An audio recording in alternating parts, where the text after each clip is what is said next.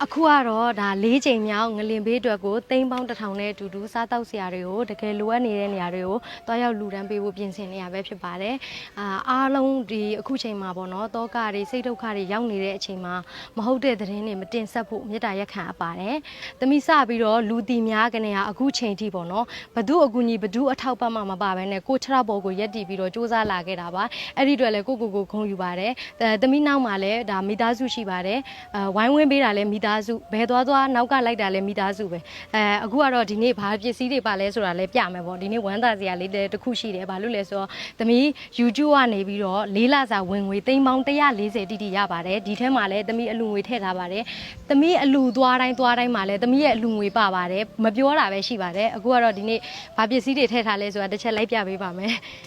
်မုံနေရတော့ဒါကတော့ပုံမှန်အတိုင်းဒါကတော့ခောက်ဆွဲတယောက်ကိုတစ်ဖာစီပေါ့နော်ရေတန့်ပါမယ်ဒီကနေစပြလိုက်မယ်ကိုဒီမှာကွေကာအုပ်ပါမယ်ဒါကတော့မုံနေပေါ့ဒါကတော့ကိတ်မုံနေပေါ့လောလတ်လတ်စားလို့ရအောင်တမီးကတော့အခုငွေသားတွေအများကြီးပြင်ဆင်ပေးထားတယ်ဘာလို့လဲဆိုတော့အခုကကြတော့ပြန်လဲဒီထောင်ရေးအတွက်ဆိုတော့ဒီငွေသားလေးတွေလိုမယ်ပေါ့အိမ်ဆောက်ဖို့တွေလိုမယ်ဒီအများကြီးပေါ့ငွေသားကတော့ပိုးလို့မှာပဲဆိုပြီးတမီးငွေသားတွေကိုအများကြီးပြင်ဆင်ထားတယ်ပေါ့နော်အခုဒီမှာမုံနေပါမယ်ဒီလိုမုံနေလဲပါတယ်ဒါကတော့မုံနေဒါကတော့ကလေးတငယ်လေးတွေစားလို့ရအောင်ပေါ့ဒါကတော့ခောက်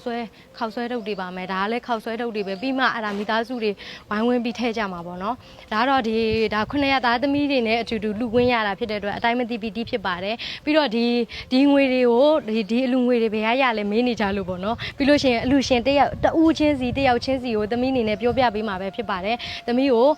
နိုင်ငံခြားကနေကိုနဲ့အတူတူကုသိုလ်အတူတူပြုကျင်တဲ့သူတွေတချို့ဆိုလို့ရှိရင်သမီးကိုချစ်တယ်သမီးနဲ့အတူတူကုသိုလ်အတူတူပြုကျင်လို့ဆိုပြီးတော့လာလူထားတဲ့အလူရှင်စင်းနေလည်းအများကြီးရှိတယ်ပြီးလို့ရှိရင်သမီးတို့ဆိုတာငွေထုတ်ရတာနည်းနည်းဟိုလိုမျိုးဂျမ်းဖြစ်တယ်လေဒီလိုအများကြီးတွေဆိုလို့ရှိရင်ဒီသားတို့နယ်ဘက်မှာဆိုလို့ရှိရင်ငွေဆိုအလွန်ဆုံး20ပဲထုတ်လို့ရ20 30အဲ့ဒါအလွန်ဆုံးပဲပေါ့နော်ဒါဆိုရင်4-5ရက်ထုတ်ထားတဲ့ဥစ္စာစုပြီးတော့မှအဲ့လိုလူရတာပေါ့နော်မိသားစုတွေလည်းလာဝိုင်းဝန်းပြီးကူညီပေးကြပါအောင်သမီးနောက်မှာဆိုလို့မိသားစုတွေပဲရှိပါတယ်ရှင်တွေဝမ်းသာဖို့အများလေးပြီးကမြတ်တာဖို့ဇမ်းမဖို့ရေးချမ်းသာဖို့ရေးမူဒီတာစိတ်ကလေးထားလို့ဗိမာန်တွေတူဆက်မလို့ဖြူရောင်လေးကိုစင်မြန်စို့အခုပေါ့နော်သမီးကိုပြောနေကြလို့သမီးနောက်ကွယ်မှာတဲ့ကြိုးကင်တဲ့သူတွေတို့လက်မဲကြီးတွေတို့ရှိတယ်လို့ပြောကြတယ်ရှိပါတယ်ဟုတ်မလားဟိုဟာနောက်ကွယ်မှာကြိုးကင်တဲ့သူတွေဒီမှာအမကြိုးကင်နေကြတာအတန်းလိုက်အမလက်ကတော့မဲတယ်ဟိုကကားဝက်ရှော့လောက်တာမို့လို့ဟိုကလက်တွေကလည်းမဲနေတာအင်ဂျင်ဝိုင်းနေပေးနေအင်ဂျင်ဝိုင်းနေလည်းပေးနေတာအကုန်လုံးကားဝက်ရှော့လောက်ကြဆိုတော့လက်မဲကြီးတွေပေါ့နော်ဒါကြိုးကင်လက်တင်မဲတာမဟုတ်ဘူးတကူလုံးမဲနေတာညစီသူထွက်ပြိုင်တယ်တကူလုံးမဲနေအဲ့ဒါအခုဒီမှာဒါကြိုးကင်နေတဲ့အဖွဲပါလို့ပြောချင်ပါတယ်ကြိုးကင်တဲ့အဖွဲမိသားစုပါလို့ပြောချင်ပါတယ်အမလီဘာတွေပြောကြမှမသိရှောက်ပြီးပြောကြတာဒါမိသားစုကတော့ထုံးစံတိုင်းဝိုင်းကူနေရပါတချို့ပြောတာလေးတွေရှိလို့ပေါ့နော်ဖြူထေးရတဲ့မီဒီယာတွေကိုခေါ်ပြီးသွားလို့ရှိရင်အဲ့လိုမျိုးပတ်စံပေးပြီးတော့ပေါ့နော်ကိုယ့်အကြောင်းကို interview တယ်အဲ့လိုမျိုးတွေပြောနေကြလို့ပေါ့နော်ဒီနေ့ဒီချိန်ဒီဖြူထေးဘဝမှာတသက်နဲ့တကူဘယ်မီဒီယာကိုမှပတ်စံပေးပြီးမခေါ်ခဲ့ပါဘူးဒီနေ့ဒီချိန်ဒီမယိုးမသားမဖြူမစင်ဘာအလုံးမှလည်းမလုပ်ခဲ့ဘူးရိုးရိုးသားသားဖြူဖြူစင်စင်ကြိုးကြိုးသားသားပဲလုပ်ခဲ့တယ်ဒါကိုလည်းဂုံယူပြီးပြောတာမဟုတ်ဘူးကိုလုပ်ခဲ့တဲ့အရာတွေတော့ကိုအတီဆုံးပဲဖြစ်ပါတယ်ဒီလိုမျိုးလုပ်လို့လဲကိုကလည်းအများတန်းကြောက်တွန်းခံရတယ်အပြောခံရတယ်အဆိုခံရတယ်အဲ့လိုမျိုးတွေရှိတာပေါ့နော်အလူမခံထားပဲနဲ့ပေါ့နော်ဒါ900သားသမီးစုပေါင်းတဲ့အလူရှင်တဦးချင်းစီတိုင်းကိုသမီးအနေနဲ့ပြောပြပေးပါမယ်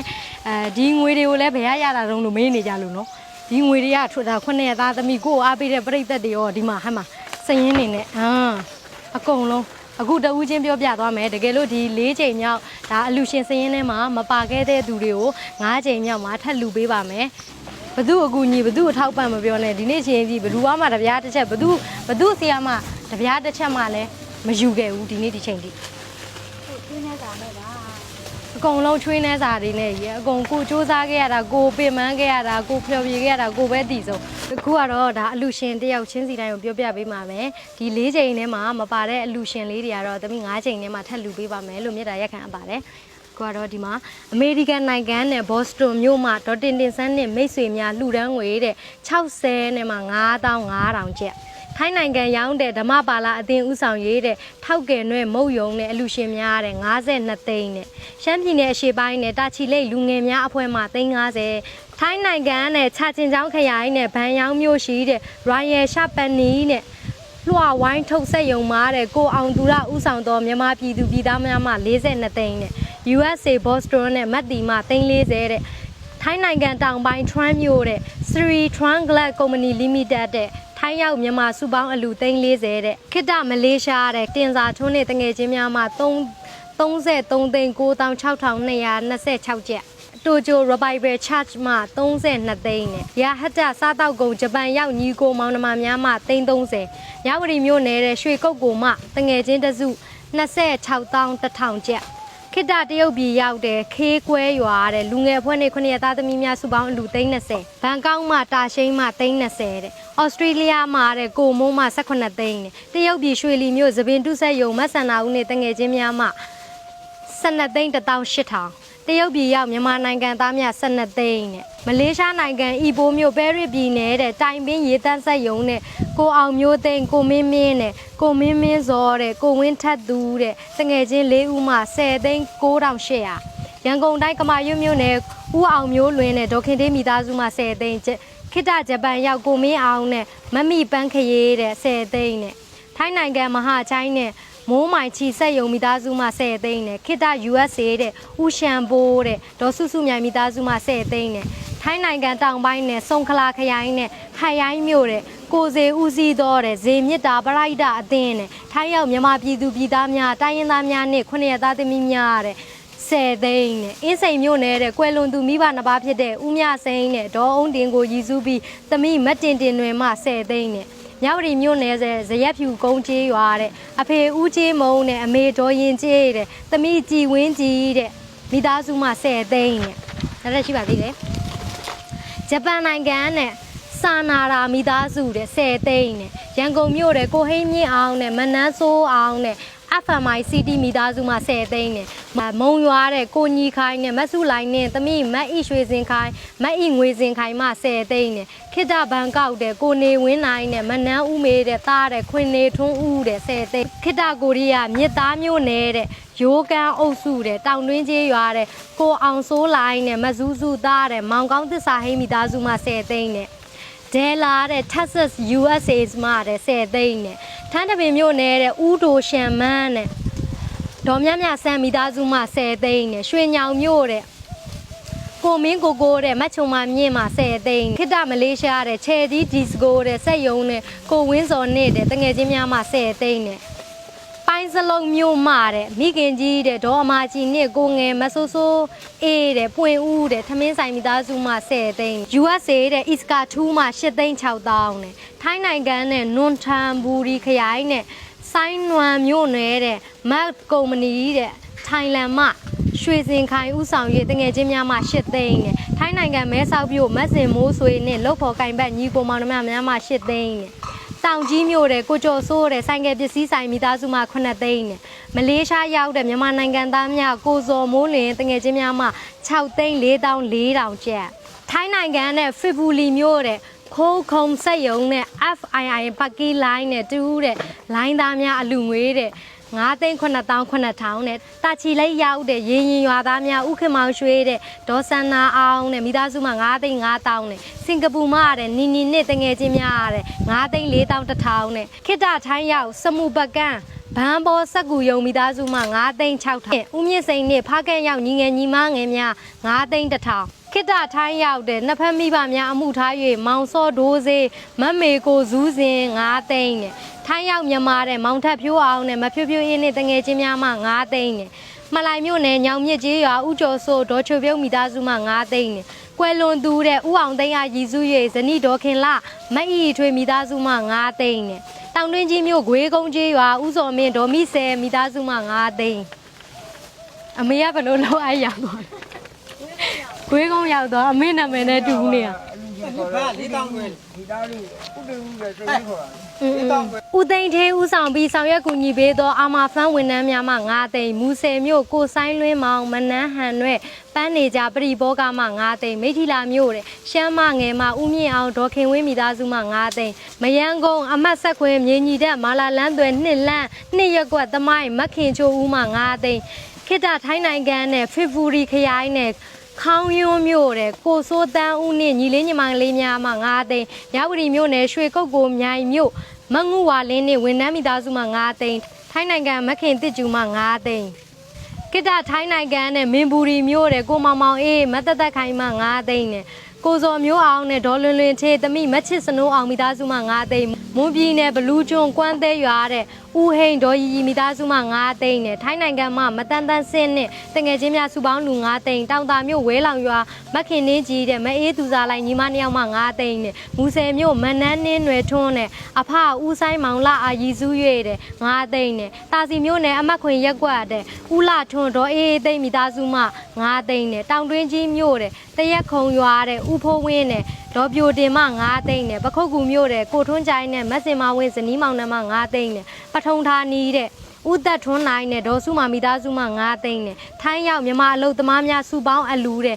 4သိန်း6တောင်းနဲ့ဘော့စတွန်နဲ့ USA တဲ့ဦးတယောင်နဲ့ဇနီးသားသမီးများကောင်းမှု4သိန်းခွဲတဲ့အမည်မဖော်လို့သူတဦးမှ4သိန်းနဲ့ခိတထိုင်းရောက်တဲ့မယမင်းနွယ်တဲ့မတ်စင်မာတက်တဲ့မတ်ဆန္နာဝင်းနဲ့မပိုးအီမွန်တငယ်ချင်းများမှ4သိန်းနဲ့စင်ကာပူတဲ့လော်စွန်းနေမိသားစုမှ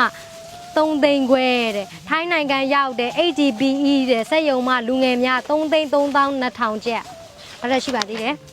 AOD တိုင်းနဲ့ဟင်္ဒရာမြို့နယ်ဖျားကန်ကျေးရွာတဲ့ခိတစင်ကာပူတဲ့မခင်ဆိုးလိုက်မအေးတန်နာပြုံးမိသားစုတို့မှ3သိန်း2300ကျပ်တဲ့မူရုံမြို့နယ်တဲ့ကောကပုံရွာတဲ့ဒေါ်လာရင်မှ3သိန်း16500ကျပ်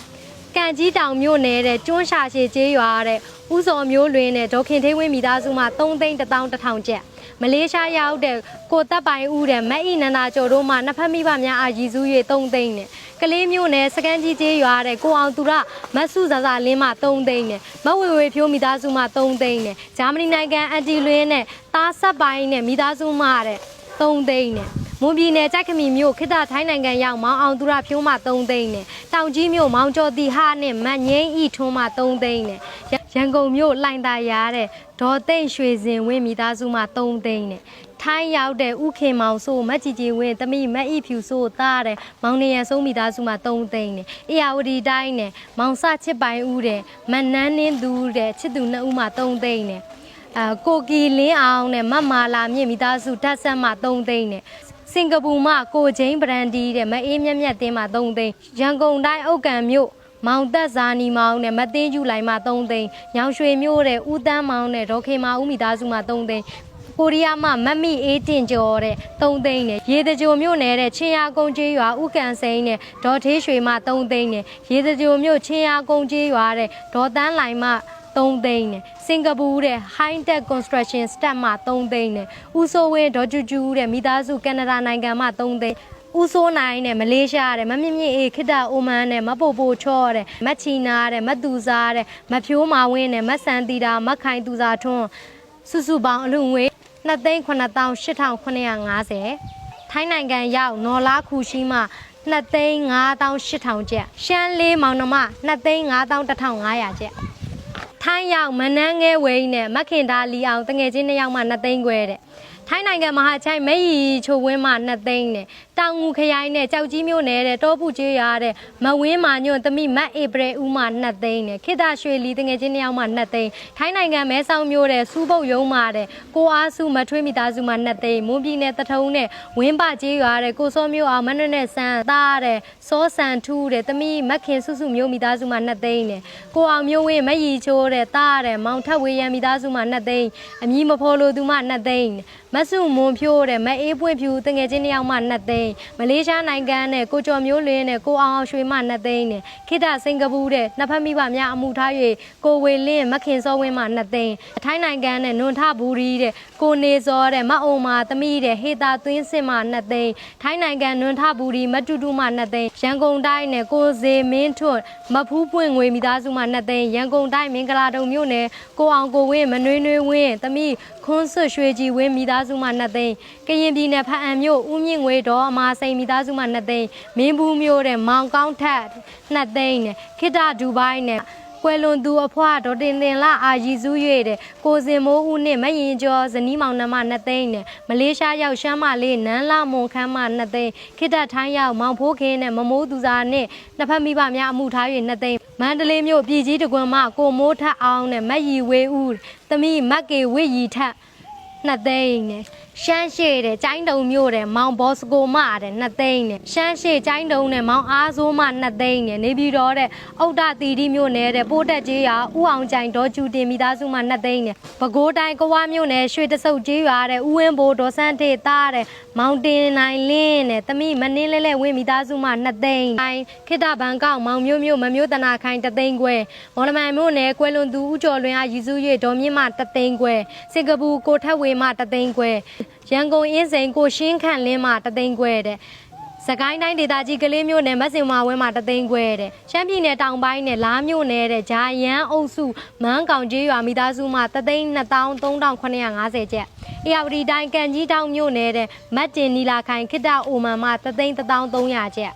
ခိတ္တထိုင်းရောက်တဲ့ဒိုင်ဦးမျိုးနယ်တဲ့ရာဇကွန်းကျေးရွာတဲ့တင်းတင်းဝေမှ3,100,000နဲ့ရန်ကုန်တိုင်းမင်္ဂလာတောင်ညွတ်ဒေါ်မာလာတန်းမတ်မေမြတ်မွန်မှ3,100,000ရန်ကုန်တိုင်းမင်္ဂလာတောင်ညွန့်ဒေါ်သဲဦးမိသားစုမှ3,100,000မြဝတီမြို့ဦးအောင်စေရဒေါ်စန္နာဆိုသမီးရှူတိုင်းရင်ယွန်းစတိုးမိသားစုမှ3,100,000နဲ့ရန်ကုန်တိုင်းမော်ဘီမြို့ဦးငိမ့်သူအောင်ဒေါ်နွေးနွေးတို့တာမောင်ပြည့်စုံထပ်ပိုင်း3,100,000ရန်ကုန်တိုင်းနဲ့ကွယ်လွန်သူမိဘနှစ်ပါးအားရည်စူး၍တဲ့တာမောင်မင်းလှဖုံးနဲ့3,100,000နဲ့တာချီလိတ်ကိုပန်ဒိန်းအောင်မအေးသစ္စာဦးမိသားစုမှ3,100,000နဲ့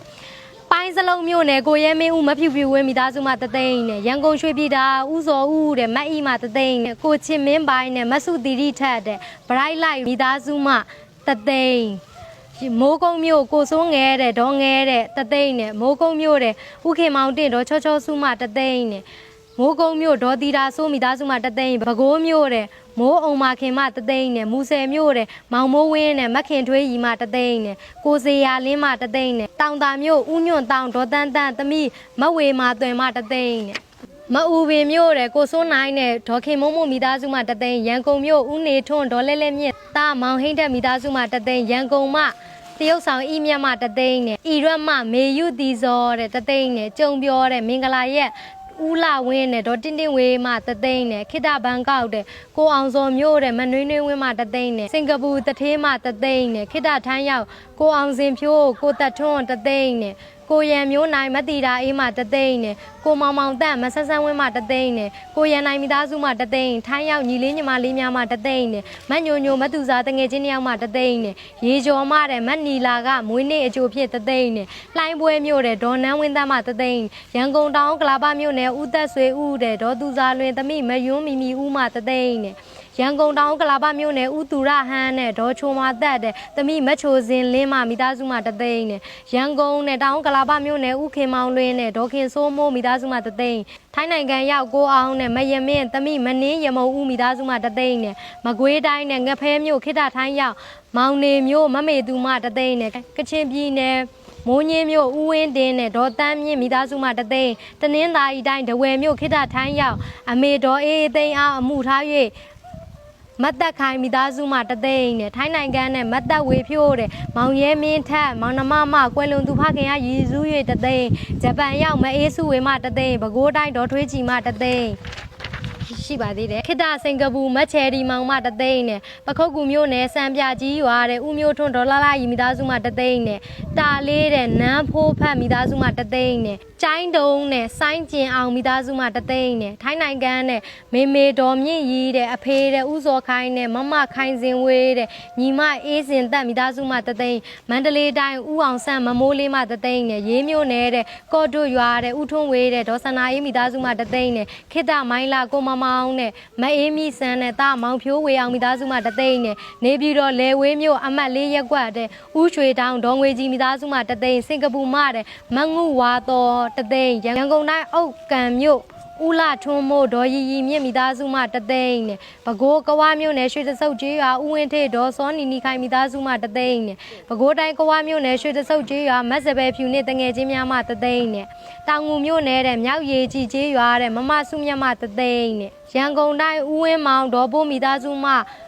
9 9,900အေယာဝတီတိုင်းဒေသကြီးတဲ့မိခင်နဲ့ဒေါ်လာလာမြင့်အမှုထား၍တမိမအေးအတွက်မိသားစုမှ9,9,500ကျပ်ရန်ကုန်မြို့ Modit House Online Shop မှ9,000ကျပ်မော်လမြိုင်မြို့အမည်မဖော်လိုသူ2ဦးမှ8,000နဲ့ကွယ်လွန်သူတဲ့ဥကျော်တင်အားရည်စူး၍ကြံရစ်သူတဲ့ဒေါ်စန်းရင်မိသားစုမှ6,2,500ကျပ်လှဲကူမြို့တဲ့ဇရက်ကွင်းကျေးရွာတဲ့ဥကျော်မြသိမ့်မိသားစုမှ6,000နဲ့တန်လင်းမြို့တဲ့တောက်တော်တွင်ရက်ကွက်တဲ့ကွယ်လွန်သူတဲ့မတ်ဇွန်ပြည့်ပြည့်အားရည်စူး၍ကိုအောင်ဆန်းမြင့်ဒေါ်အေးမှမိသားစုမှ9,000နဲ့ရန်ကုန်တိုင်းကိုမျိုးတင့်မတူစာဝင်းမှ9,000နဲ့မတ်ကျော့ကေတီဝင်းမှ9,000နဲ့တောင်ကြီးမြို့တဲ့မနန်းခန်းခင်မှ9,000မိထီလာမြို့တဲ့ဒေါ်ပန်းမုံနာရည်စူး၍ဥမောင်ပြုံးမှမိသားစုမှ9,000ခိတ္တစင်ကာပူမယမင်းဦးမှ9,000နဲ့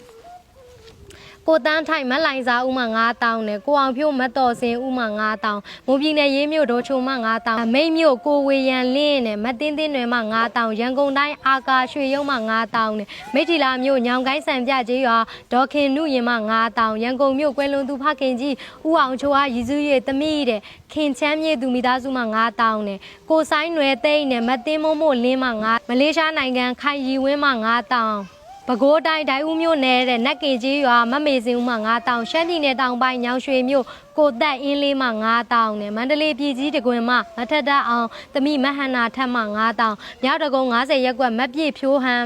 9,000ကြိုက်ထိုးတဲ့ကိုအားကဟိမှ9,000နှစ်ဖက်မိဘများအမှုထား၍ကိုစော်ဖြိုးဟိမတ်မေချမ်းမြေနှင်းစီမှ9,000ထိုင်းနိုင်ငံမဟာချိုင်းမြို့မနန္ဒာဝင်းနှင့်တငယ်ချင်းများမှ9,000နဲ့မလိုက်မြို့နယ်ဖတ်တော်ရွာမတ်ဆန္နာမှ9,000နဲ့ပဲခူးတိုင်းကဝါမြို့ရွှေတဆုပ်ကျေးရွာတဲ့ဥအောင်ညွန့်ဦးဒေါ်တန်းတန်းထေးမိသားစုမှ9,000နဲ့ဦးစန်းလင်းအောင်နဲ့ဟေတာသွားစေကမ်းမိသားစုမှ9,000နဲ့ဝမ်းတွင်းမြို့တဲ့တဲတော်မှကိုအားကဖြိုးမှ3,000ခွဲမိထီလာခရိုင်သားစီမြို့နယ်ဦးမြင့်ထေးဒေါ်လေးနွယ်မှ3,000ခွဲတဲ့89ရက်ကွက်တဲ့ဒဂုံစိတ်ခန့်မခင်စာလိုင်မိသားစုမှ3,000ခွဲရန်ကုန်တိုင်းမရန်ကုန်မြို့နယ်ကွယ်လွန်သူဦးမြင့်လွင်ဒေါ်ထေးထေးဝင်းမိဘ2ပါးရည်စူး၍3,000ရန်ကုန်တိုင်းမြောက်တကုံမြို့နယ်ဦးစိုးသူနိုင်နဲ့ဒေါ်သက်မော်ထေးတဲ့တမိတဲ့မထူးမြတ်ယဒီနိုင်မိသားစုမှ3,000ပြီးပါပြီမအေးမီဆန်းနဲ့2,000ခွဲတဲ့ဦးကျော်နိုင်ဦးမိသားစုမှ2,000နဲ့ပဲခူးတိုင်းကဝါမြို့နယ်ရွှေတဆုပ်ကျေးရွာတဲ့ဒေါ်လာမြင့်မှ2,000နဲ့ပဲခူးတိုင်းကဝါမြို့နယ်ရွှေတဆုပ်ကျေးရွာကိုကျော်လက်တဲ့ဒေါ်နွယ်နွယ်ခိုင်မိသားစုမှ2,000ကျပ်ပဲဖြစ်ပါတယ်ကဲအားလုံးပဲဒီနေ့အလူရှင်တွေကိုပြောပြီးသွားပါပြီဒီနေ့ဒီအလူရှင်ဒီ4ချိန်စင်းထဲမှာမပါတဲ့သူတွေကို5ချိန်ထဲမှာထည့်ပေးပါမယ်အခုကတော့ဒါ